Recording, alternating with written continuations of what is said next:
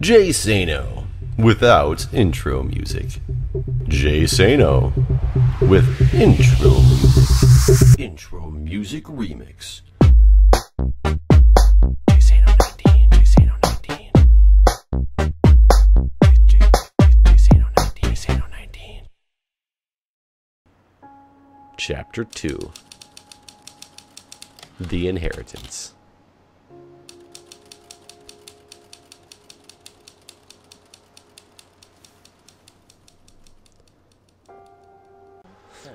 Welcome back to episode 2 of this Netflix-style playthrough of The Novelist, making all the bad choices we can possibly make to see how much we can destroy this family. So, Tommy wants to go play with some kids. I bet you that's not going to happen. Let's see what we got here. I called the co-op today. It isn't wildly expensive, but it sure doesn't... Okay, so this one I've already seen as well. It was a bigger letdown than I thought, not being able to just sign... Linda wants to sign up for a co-op, which has something to do with the whole art world. I think it was the art world. Wait, or was this about actual food? Like a co-op for food? I called the co-op today. It isn't wildly expensive, but it sure doesn't fit into the budget. It was a bigger letdown than I thought. Okay, I don't really actually know what kind of co-op it is that she's talking about. He really wants to go play with some kids. We're gonna make him such a recluse. Nothing in the bag. Okay. What's upstairs? So is he actually making some progress, even though I tried to halt his progress yesterday? Though in the last playthrough, he did poorly as an author at the end. What was he got on the table here, actually, first? Looked into it, and the guy at the Literary Register said that the pre-release ads do drive up pre-orders quite a bit. So he wants to get a pre-release ad. Literary Register May Edition. So I found 2 of his clues. I don't know if the rest... I don't know if I have to actually read the memories or not. I wonder if they're going to change. I wonder if the memories are what are different based on the choices that we make. Or if these are completely static. Don't joke like that. And when I finish my book in December, So he's basically saying he's not going to get his book done. That's funny. She got a little mad. Where are you at? There you are. writer's block turned into writer's fog or something like that. Never found my notebook. I never found my notebook. Guess it's just gone. Oh, he lost all his thoughts. Okay, so this is different. So he ended up having Alice find out about Scott and Sarah by overhearing a phone call. It's awful. Having Alice eavesdrop on them completely kills the sympathy I've been trying to build for her. What a junk solution. But I had to get something down and move on. I guess that was it. Hopefully he can come back together and fix it later. Wow. He's already on a rough path for the book here. So his notebook was like behind one of these tables, if I recall. Is he still going to be just asking for his notebook every time, you think? Oh, that's shoes. What's this one? I only met Rick once at a family reunion that must have been 15 years 15 ago. years ago. If an omniscient made his way in the world, you have to respect that. It makes me wonder if I give everything to this book, or am I leaving myself an out? So, okay, so we can already figure out what Dan wants. He wants the Literary Register. Okay, so that hasn't changed since the last one either. This could be it. That, unfortunately, is a helpful thing for him, which is going to make it hard for me. I think there's going to be solutions that are always going to be 3 good solutions for somebody, and I got to basically decide who I want to...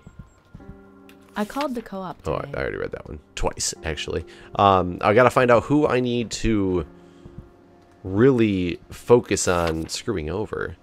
Dan, I hope you're doing well. I got the address from your father. Hope it's correct. I'll get to the point. When your cousin Richard passed away last year, I discovered that his pipe business has done very well. It wasn't wealthy, but very comfortable.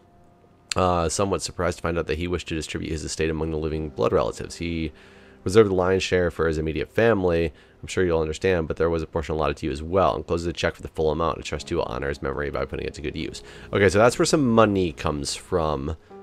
I think it's basically saying so we can get Linda on her way to the art world. Is there something else here on the table? Whether your child enjoys arts, crafts, swimming, sports, recreation, exploring, blah, blah, blah. Camp Emerald Lake. So this is all about Camp Emerald Lake. So, so there's swimming. So I think he wants to go swimming, but I haven't explored his memories yet either. So maybe there's something in here I'm going to find. What about your rocket? I already played with it. So he's a little child-like cockiness. Just to be expected. Is he in here? Yeah, he's in here. He's getting sad with Daddy. Okay, so now I can exit the memory and read his thoughts. He wants Hi, Mom. to bring my kite to that camp. So I might be able to send him to camp. Will that hurt Dan and Linda in some way? Where are you? I knew we should have eaten something with that wine last night. My head is killing me. It was It was totally totally worth worth though. it. We put on some music and hung out on the couch and cuddled all night like we were freshmen again. He didn't talk about his book once. We got a little too into discussion about whose favorite band from college was still the best, and we accidentally woke Tommy up. We got him settled back down and decided to call it a night too. Well, except for, I better not write about that part. Ooh, turns out some of the bad choices are the best choices that can be made. Where are you coming from? You must be in the art studio. Oh yeah, there you are. Is there something out there? The entire world's out there. Oh, the entire world is out there. Painter's bag. Take it to the co-op. So it is a painting co-op. That's what I Hey, thought. handsome. So she wants to go to the co-op. He wants to get the literary register. Tommy wants to go to camp. So if I send Tommy to camp, that's kind of making them both screwed up. But at the same time,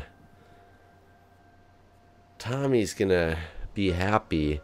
And the dream of turning Tommy into a raging alcoholic may not come true.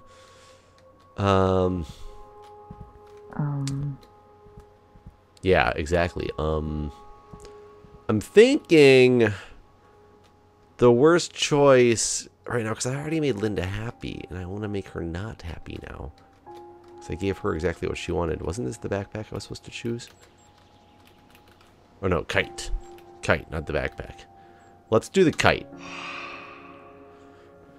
So this, I think it'll kind of screw up Dan and Linda. I'm not sure though, because the money will go there, so she won't be able to go painting. I don't know if it'll give him time to work on his book though, because nobody's in the house. But if I do this and then give a secondary choice, that might be the best, because that'll screw up his books the most. No, I don't think it will actually.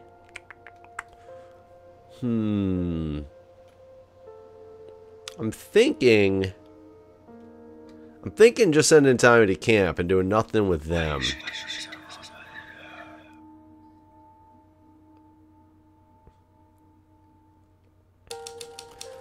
Tommy didn't realize at first that spending a week at camp actually meant his parents loved him, but by Tuesday he was elated. He made new friends, flying his kite and swimming with other children his age. His spirits improved almost overnight, and when he connected his new adventures with a gift from his father, Dan became a hero. Oh.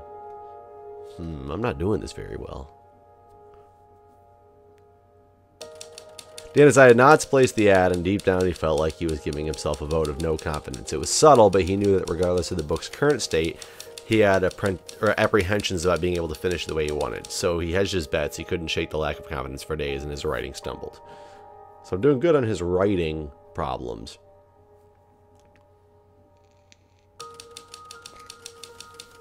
Linda resigned herself to the fact that they couldn't afford the co-op, but the flash of excitement she got when she heard about the inheritance quickly faded when Dan decided not to use it for the co-op piece. She tried to channel her frustration into her work, but found herself so distracted that she got almost nothing done for days. Okay, so I've accomplished myself in that respect. So now I gotta kind of stomp on Tommy's spirits a little bit here. Chapter 3. Catching up. I just don't know.